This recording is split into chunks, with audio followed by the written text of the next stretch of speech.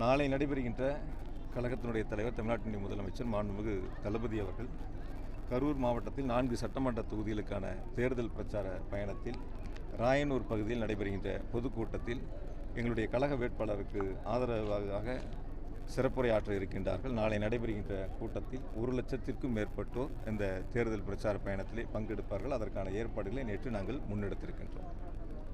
வேறு ஏதாவது எதிர்கட்சியினர் நீங்கள் பயந்துட்டு தான் போயிட்டீங்க அப்படின்னு பிரச்சாரத்தை மேற்கொண்டு வராங்க, அதை பற்றி என்ன நினைக்கிறீங்க?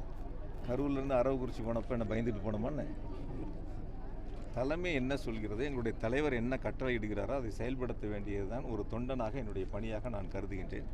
என் வாழ்நாளில் தலைவர் சொல்லுகின்ற பணிகளைத்தான் செய்வேன். எந்த இடத்திலும் போய் எனக்கு இது வேண்டும் என்று ஒருபோதும் நான் தலைவரிடத்தில் கேட்க மாட்டேன். தலைவர் இடுகின்ற கட்டளையை நான் செயல்படுத்துவேன். கரூரிலிருந்து அரவக்குறிச்சி போகும்போதெல்லாம் அந்த கருத்துக்கள் வரல. இப்போ தோல்வி பயத்தில் இருக்கக்கூடியவர்கள், சாதனை சொல்லி வாக்கு சேகரிக்க முடியாதவர்கள், மக்களிடத்தில் எடுபடாதவர்கள் இது போன்ற கருத்துக்களை முன்வைத்திருக்கின்றார்கள். நிச்சயமாக 4ஆம் தேதி வாக்கு எண்ணிக்கை நாளன்று நீங்கள் பொறுத்திருந்து பாருங்கள். நம்ம எல்லாம் ஒன்றா தான் இருக்க போகிறோம். 4 தொகுதியிலும் உதயசூரியன் வெற்றி என்ற மகிழ்ச்சியான செய்தி நீங்கள் தான் வெளியிடப் போகின்றீர்கள். வெற்றி உறுதி செய்யப்பட்டது. நான் இப்பொழுதே அடித்து சொல்கின்றேன், கரூர் தொகுதி 50,000 வாக்குகள் வித்தியாசத்தில் ஒரு மகத்தான வெற்றி பெறும். இல்லை, நான் இப்போ தான் சொன்னேன், எங்களுடைய தலைவர் என்ன கட்டளை எடுக்கிறாரோ அந்த கட்டளை செய்வோம். கடந்த முறை இருந்த பொழுது கரூரில் இருந்தோம், அப்போ அரவக்குறிச்சி நில்லுங்கன்னு சொன்னாங்க. நம்ம அரவக்குறிச்சி அப்போ நிற்கக்கூடிய ஒரு சூழல் ஏற்பட்டது. அங்கேயும் போய் நம்ம ஜெயித்தோம்.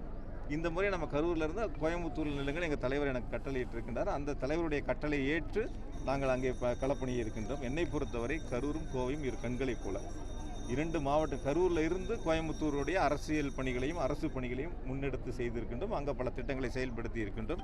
அதுபோல் இப்பொழுது கோவையிலிருந்து கரூரையும் பார்த்துக்கொள்ள போகிறோம். 2 மாவட்டங்களும் இரு கண்களைப் போல நிச்சயமாக ஒரு உடம்புல உயிர் இருந்தால் தான் அந்த உடம்பு செயல்படும். என்னை பொறுத்த வரைக்கும் கரூரும் கோவையும் உடலும் உயிரும் போல. இதை விட எனக்கு ஒரு பெரும் பாக்கியம் எதுவும் இருக்காது.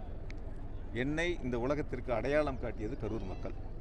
ஒரு 31 வயசில் ஒரு இளைஞனாக இந்த மண்ணில் நின்று வாக்கு சேகரிக்கின்ற பொழுது இவன் நமக்கான பணிகளை செய்வான் என்று வாக்காளர் பெருமக்கள் வாக்களித்து அடையாளம் காட்டினார்கள். நான் போகாத தெருக்கள் இல்லை, கிராமங்கள் இல்லை, அத்தனை வீடுகளுக்கு என்னுடைய காலடி பட்டிருக்கு. ஆகையால் 2 கலந்திருக்கக்கூடிய மக்கள் முதலமைச்சர்கள் அறிவித்திருக்கின்ற அண்ணன் ஆசி தியாகராஜன் அவர்களுக்கு ஒரு மகத்தான வெற்றி வாய்ப்பை வழங்குவதற்கு தயாராக இருக்கின்றார்கள். ஆக கரூராக இருந்தாலும் கோவையாக இருந்தாலும் 2 கண்களைப் போல அரசுடைய திட்டங்களை கொண்டு வந்து சேர்ப்போம். இங்கே என்ன தேவையோ அதை அரசு முதலமைச்சர்கள் வழங்குவார்கள். கோவைக்கும் அந்த திட்டங்களை நாங்கள் செயல்படுத்துவோம். கோவை தெற்கு களம் நல்லா இருக்குது, ரொம்ப நல்லா இருக்குது. நேற்று அலுவலகம் திறக்கப்பட்டது. ஏறத்தாழ 4000க்கும் மேற்பட்டோர் அலுவலக திறப்பு விழாவில் பங்கெடுத்திருக்கின்றார்கள். இன்று மாலை பிரச்சாரத்தை நாங்கள் தொடங்க இருக்கின்றோம். ஆகையால் அந்த தேர்தல் களம் என்பது மிக சிறப்பாக இருக்கிறது. வெற்றி என்பது உறுதி செய்யப்பட்டது.